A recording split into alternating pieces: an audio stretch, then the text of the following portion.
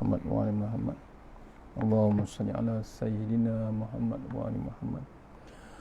Allahumma salli ala sayyidina Muhammad wa ali sayyidina Muhammad. Hasbiyallahu li dini, hasbiyallahu liman ahammani, hasbiyallahu liman hasadani, hasbiyallahu liman bawa alayya, hasbiyallahu liman kadani bisu'in, hasbiyallahu indal maut, hasbiyallahu indal mas'alati fil qabr, hasbiyallahu indal mizan, hasbiyallahu indas sirat, hasbiyallahu allazi la ilaha illa huwa tawakkaltu wa ilaihi unib.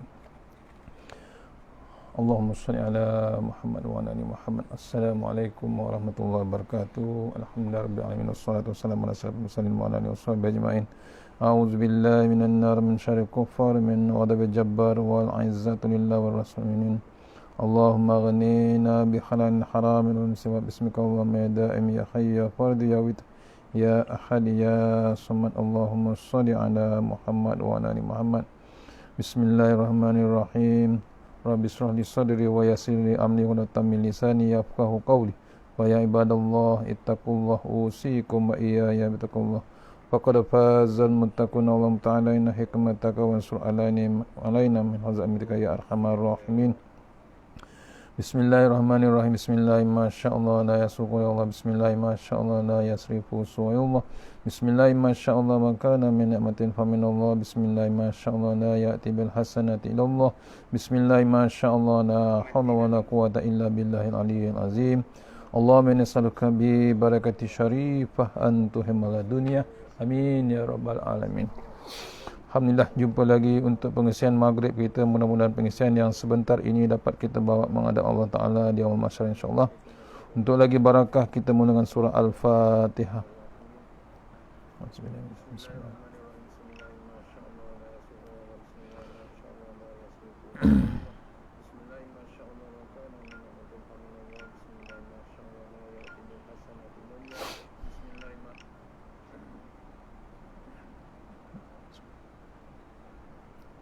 InsyaAllah sebelum kita mulakan, kita share dulu dengan sahabat-sahabat insyaAllah. Memang kita share sahabat grup untuk surau KKR, Kementerian Kerja Raya di Kuala Lumpur. Kita tujukan online untuk sepatutnya kuliah Zuhur, tapi kita tukar, kita bagi online untuk maghrib insyaAllah.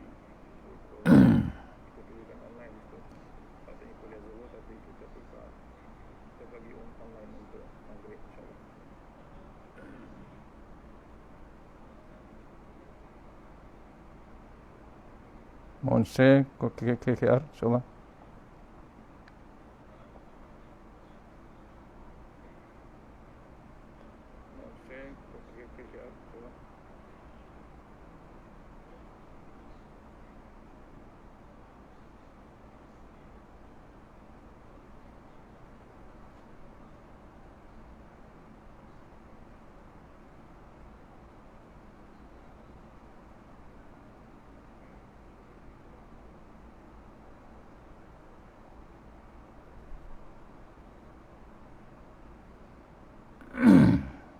Dapat insyaAllah.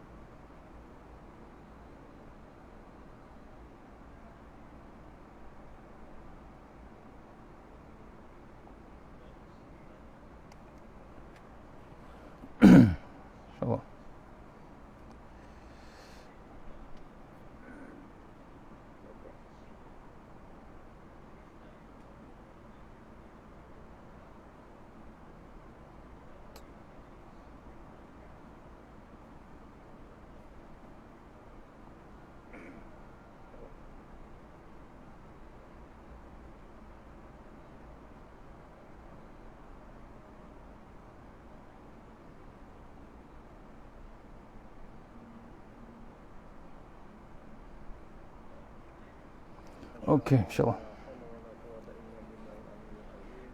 Auzubillahi minasyaitanir rajim. Bismillahirrahmanirrahim. Tajuk yang ke-28 insyaAllah. Sama-sama tengok tajuk yang ke-28, muka surat 325. Mohon 325. Tajuk dia, siapa yang berfoya-foya pasti akan merana. Sunatullah yang ke-28. Siapa yang berpoya-poya pasti akan merana. InsyaAllah sama-sama kita baca. A'udzubillahi minasyaitonirrajim. Kita masih berada dalam perbahasan tentang harta sunatullah, ya. Perbahasan tentang harta sunatullah lain dalam masalah harta adalah siapa yang berfoya-foya pasti akan merana.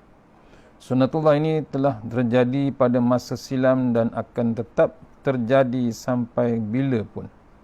Kisah-kisah yang kita saksikan, kita saksikan di tengah masyarakat membuktikan kebenaran sunatullah. Contoh dah ada zaman dulu, zaman silam dan zaman sekarang pun terus berlaku. Bila harta yang dicari ataupun suka yang berpoya-poya dengan dunia, akhirnya hujung hidupnya akan menjadi musnah ataupun merana akhirnya. Kita tengok. Ceritanya adalah satu ketika Raja Mesir, ya, dalam Quran disebutkan kisah dalam Quran tentang tuntunan mengelola dan menggunakan harta. Dalam kisah tersebut dijelaskan tentang larangan berfoya-foya kerana sifat tersebut dapat menyebabkan kemelaratan dan kebinasaan.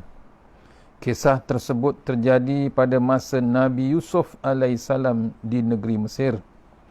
Ceritanya adalah suatu ketika Raja Mesir bermimpi melihat 7 ekor lembu betina yang gemuk-gemuk dimakan oleh 7 ekor lembu betina yang kurus-kurus.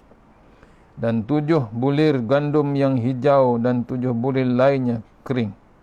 Dalam Al-Quran disebutkan, A'udzubillahi minasyaitonirrajim. Waqala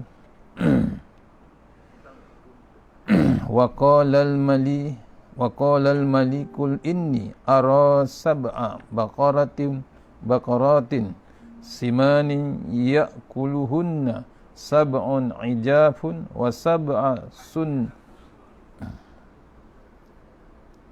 sumbulatin khudrim wa ukhara bisatin ya ayyuhal mala'ul aftuni fi ru'ya in kuntum lil ru'ya ta'burun. Sadaqallahul azim. Surah Yusuf ayat nombor 43. Artinya, raja berkata kepada orang-orang terkemuka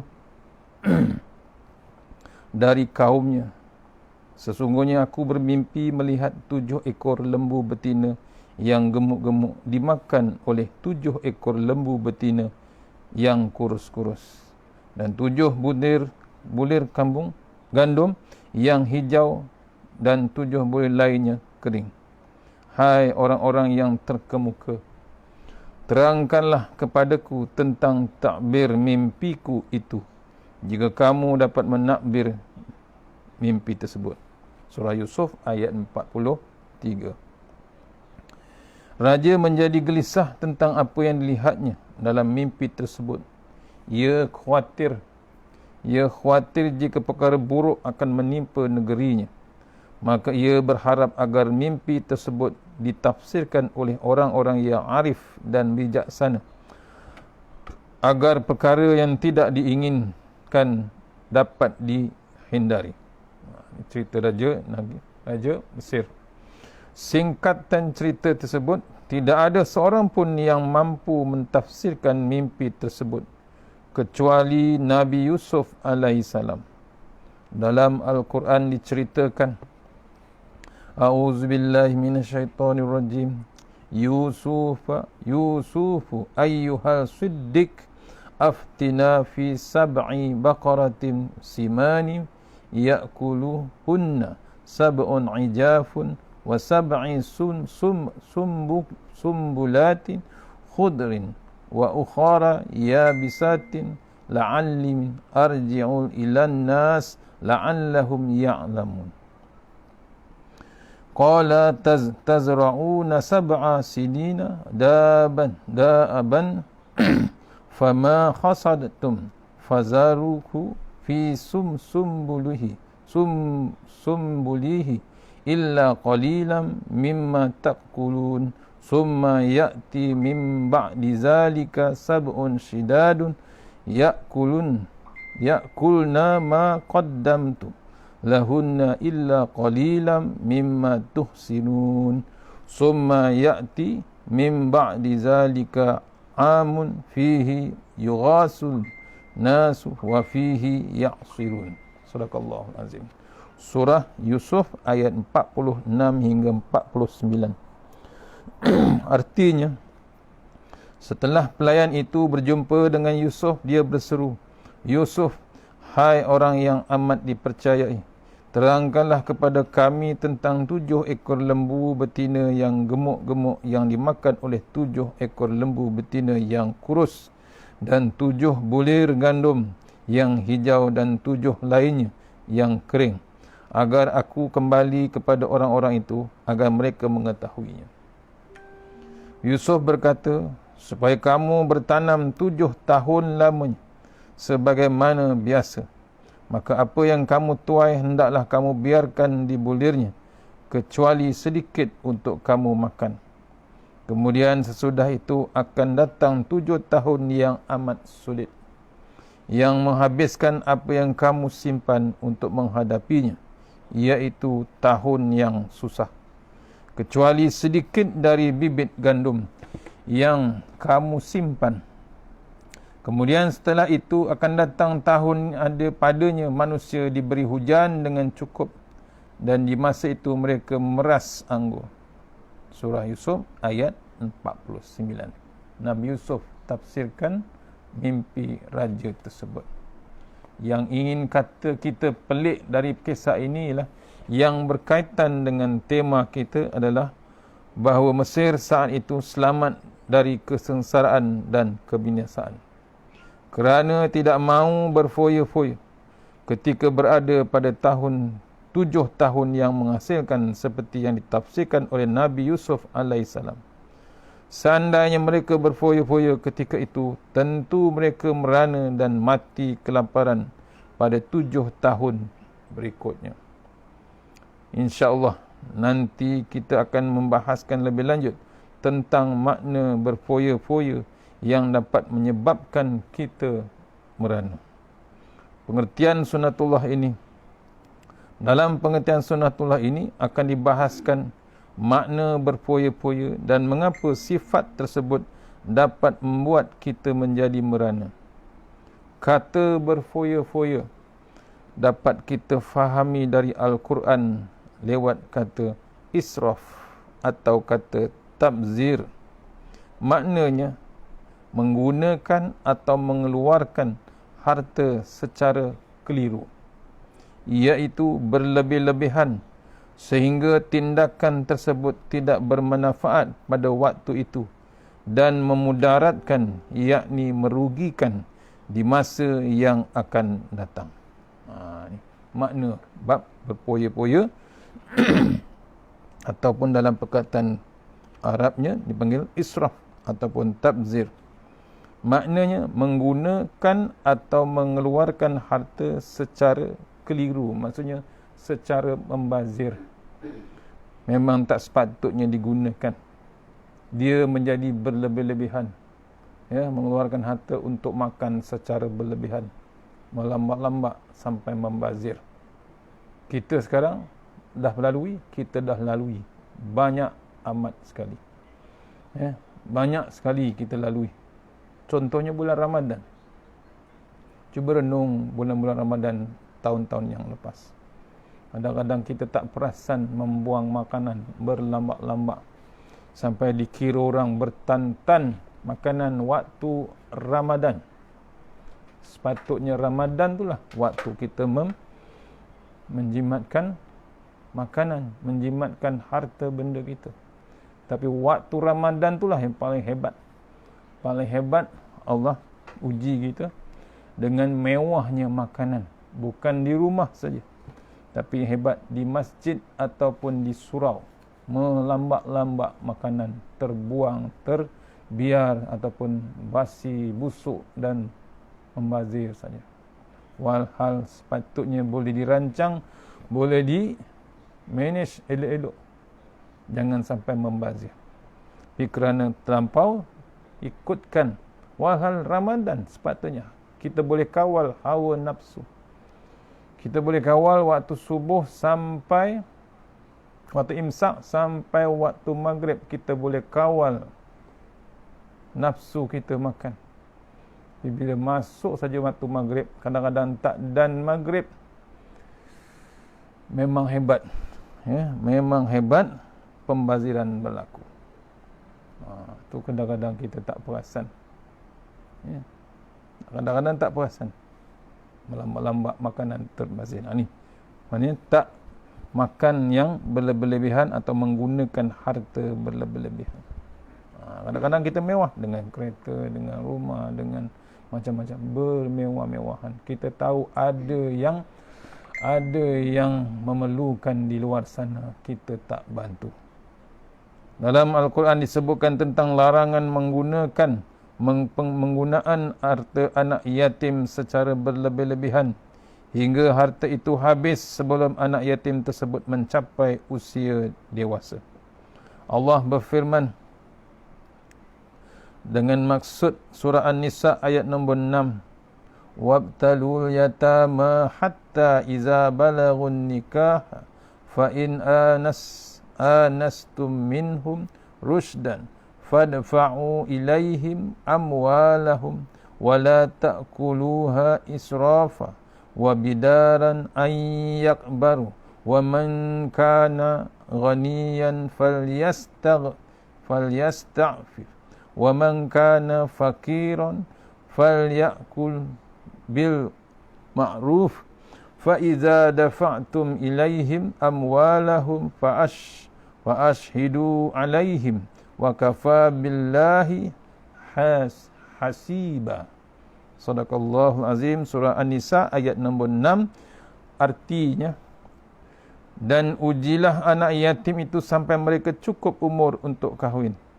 Kemudian jika menurut pendapatmu mereka telah cerdas, yakni pandai memelihara harta, maka serahkanlah kepada mereka harta-harta mereka. Dan janganlah kamu makan harta anak yatim lebih daripada batas kepatutan. Dan janganlah kamu tergesa-gesa membelanjakannya sebelum mereka dewasa. Barang siapa yakni di antara pemelihara itu mampu, maka hendaklah ia menahan diri dari memakan harta anak yatim itu. Dan barang siapa miskin, maka bolehlah ia makan harta itu kerana menurut yang patut. Kemudian apabila kamu menyerahkan harta kepada mereka, maka hendaklah kamu adakan saksi-saksi, yakni tentang penyerahan itu bagi mereka. Dan cukuplah Allah sebagai pengawas atas persaksian itu. Ni maksudnya kita ni kadang-kadang diuji untuk jaga anak yatim. Kadang-kadang kita tak ikut, tak jadualkan, tak schedulekan, tak uruskan sebenar-benarnya. Tak uruskan sebenar-benarnya menguruskan harta anak yatim. Walaupun harta tu kerabat kita sendiri. Kadang-kadang ada yang mengikut hawa nafsu, mengambil kesempatan, mengambil portion daripada harta anak yatim. Itu jawab dengan lidah yang fasih. Ini dinasihatkan kita, surah An-Nisa ayat 6, jangan kita makan harta anak yatim lebih daripada batas kepatutannya, yang sepatutnya. Jangan tergesa-gesa membelanjakan. Dengan keadaan semasa pula sekarang pun sama juga. Maksud dia ada portion pada bab berpoya-poya dengan harta. Ayat ini cukup jelas menerangkan kepada kita makna berpoya-poya merupakan tindakan yang keliru jika harta yang dimiliki oleh anak yatim yang sebenarnya dapat membiayai hidupnya sampai dewasa tetapi dihabiskan sebelum ia remaja.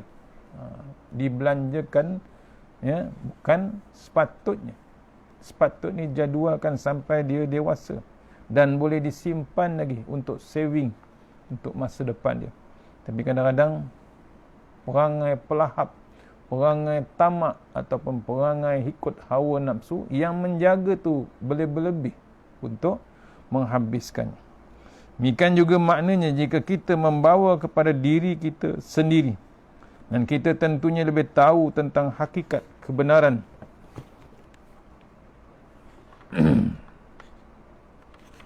Kebenaran yang sebenarnya terjadi pada diri kita merupakan tindakan yang keliru.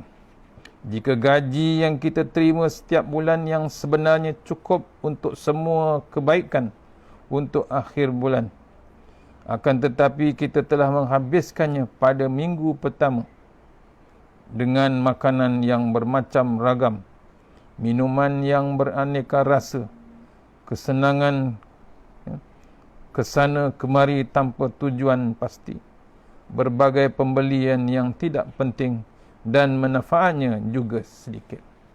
Ni cerita zaman sekarang. Bila ada bab gaji, bila ada bab keuntungan, kita tidak guna pada benda yang manfaat. Tidak langsung menyimpan, tidak langsung bab saving dan macam-macam. Beli yang tidak, beli yang membazirkan. Ni pun dipanggil bab pembaziran yang hebat. Jadi berfoya-foya adalah tindakan yang keliru dalam menggunakan atau mengeluarkan harta. Kekeliruan itu disebabkan kerana mengikut hawa nafsu hingga lupa pertimbangan akal yang bijaksana. Sudah dimaklumi kehendak hawa nafsu yang kita miliki adalah ingin berbelanja sebanyak-banyaknya. Ingin apa saja yang dihendakinya sebanyak-banyaknya. Itulah tabiat hawa nafsu. Itulah hakikat asli hawa nafsu. Maka tanpa bimbingan akal yang bijaksana, tentu kita akan salah menggunakan harta. Akhirnya terperangkaplah kita ke dalam berfoya-foya. Pasal dia sendiri tak faham, dia sendiri buat tak faham, dia sendiri keliru manage atau menguruskan harta dia. Jika kita ketika memiliki harta itu kita berfoya-foya, maka apa yang akan dimakan ketika harta tidak lagi dimiliki? Pasti ketika itu akan merana. Di dunia ini kita tidak selamanya memiliki harta. Ada kalanya Allah menguji kita dengan kemiskinan dan kemelaratan. Seperti kata orang cerdik pandai, hidup di dunia ini bagaikan roda, sekali di atas, sekali ke bawah. Dan air di laut pun ada pasang surutnya. Sunnatullah diibaratkan sebagai bab miskin ataupun kaya, ibarat sebagai hidup ibaratkan sebagai roda. Sekejap di atas, sekejap di bawah, ataupun air laut, sekejap pasang, sekejap dia surut. Maka terjawablah berbagai mengapa perfoya-foya itu dapat membuat kita menjadi merana. Sesuai dengan pesanan orang tua-tua, berkhidmatlah ketika ada. Jika harta sudah tidak ada lagi, maka apa yang akan dihematkan? Mengapa merana? Kerana ketika itu akan muncul penyesalan terhadap apa yang telah dilakukan. Tetapi penyesalan ketika itu tiada gunanya. Jadi berfoya-foya adalah tindakan salah kerana mengikuti hawa nafsu. Itulah sebabnya mengapa orang yang berfoya-foya dalam Al-Quran disebut sebagai saudara syaitan. Kerana syaitan adalah makhluk yang hanya mengikuti hawa nafsu dan enggan mengikuti petunjuk. Allah berfirman, wa atizal qurban haqqahu wal miskina wabsabili wala tubazzir tabzira innal mubazziri nakanu ikhwana syayatin wa kana syaitanu lirabbih kafura. Surah Al-Isra ayat 26. Artinya, berikanlah kepada keluarga-keluarga yang dekat akan haknya, kepada orang miskin dan orang yang dalam perjalanan. Janganlah kamu menghambur-hamburkan hartamu secara boros. Sesungguhnya pemboros-pemboros itu adalah saudara-saudara syaitan. Dan syaitan itu adalah sangat ingkar kepada Tuhannya. Surah Al-Isra yang menasihatkan kita, yang memerintahkan kita, berilah bantuan, berilah harta yang kita ada kepada keluarga-keluarga yang dekat yang diiktiraf haknya atau boleh diterima haknya. Maksudnya dia sepatutnya dapat bantuan. Juga pada orang miskin dan juga orang yang dalam musafir dalam perjalanan. Jangan kita menghambur-hamburkan harta kita secara boros. Itu jangan menunjuk perbelanjaan kita dengan cara yang hebat. Boros. Pasal apa? Dalam ayat ini, orang yang boros itu dipanggil saudara-saudara syaitan. Adalah dengan adanya syaitan. Syaitan siapa? Syaitan yang sangat ingkar kepada Allah Subhanahu Wa Taala. Al-Isra ayat 26-27. Tindakan tepat dalam menggunakan harta adalah pola hidup sederhana. Cara hidup sederhana. Pola hidup sederhana adalah lawan bagi berpoya-poya.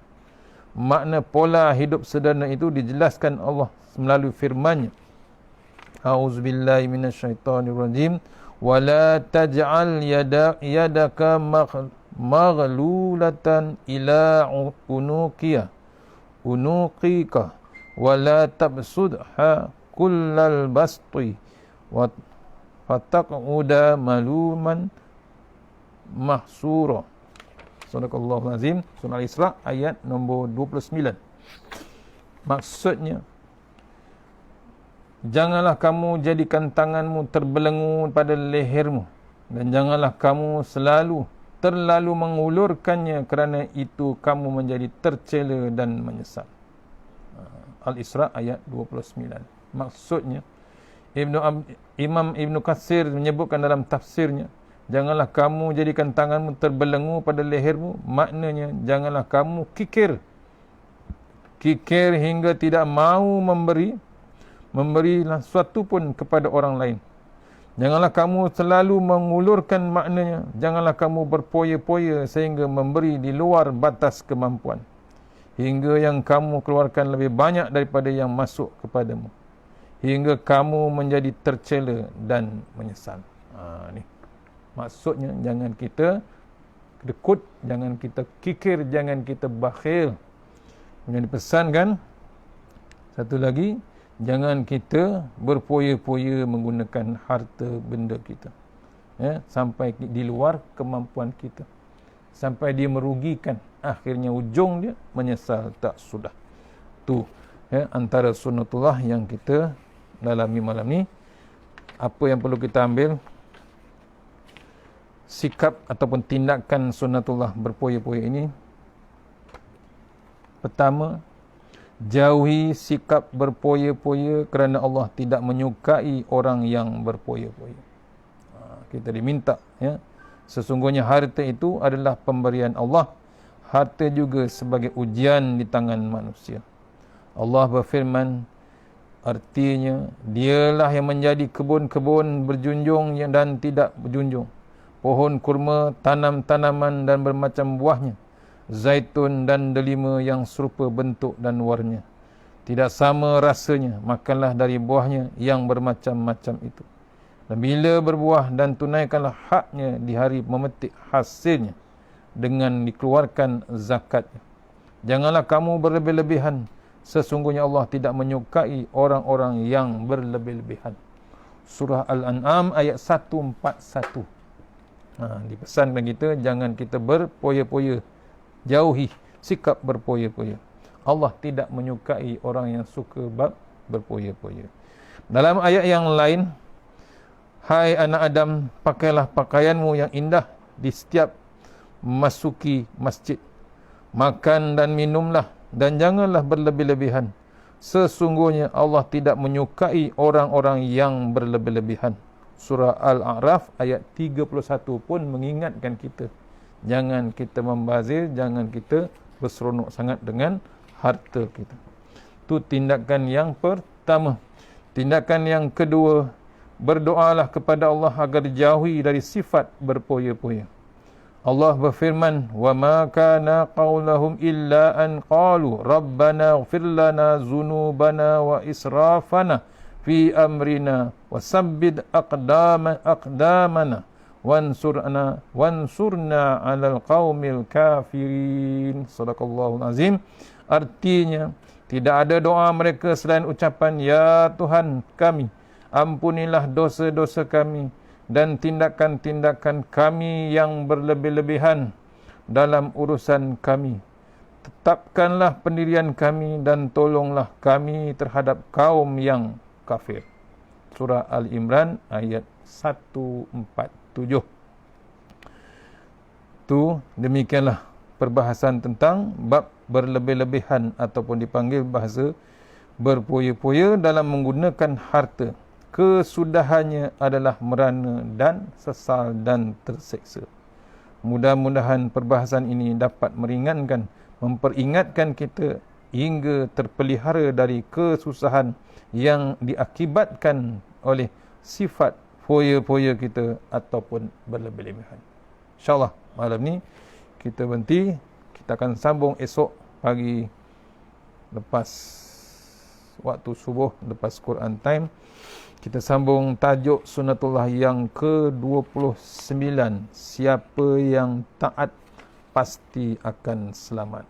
InsyaAllah. Ya. Tajuk yang ke-29 iaitu siapa yang taat pasti selamat. Kita sudahi surah Al-Fatihah. Ya kan.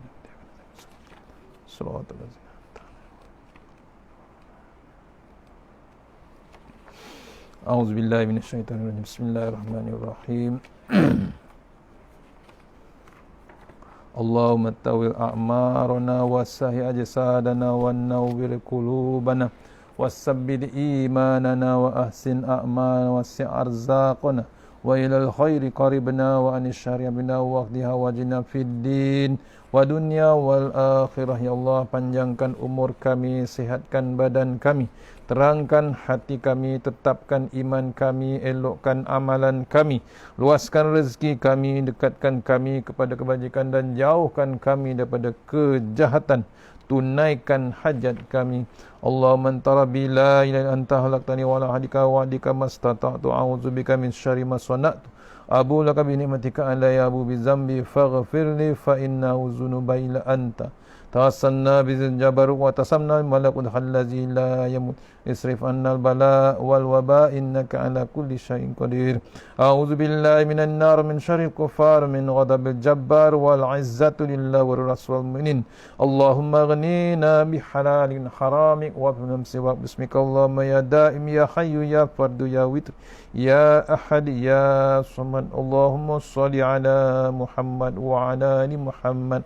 Subhanallahil aliyyid dayyan, subhanallah syadidil arkan, subhana ma yazhabu bil laili wa ya'ti bin nahar, subhana man la yushghiluhu sya'nu an sya'an, subhanallahil hannan mannan, subhanallahil musabbahi fi kulli makan. Bismillahirrahmanirrahim. Bismillah masyaallah la yasuqu ya Allah. Bismillah masyaallah la yasrifu suwa ilallah. Bismillah masyaallah man kana min ni'matin fa min Allah. Bismillah masyaallah la ya'ti bil hasanati ilallah. Bismillah masyaallah la haula wala quwata illa billahil aliyyil azim.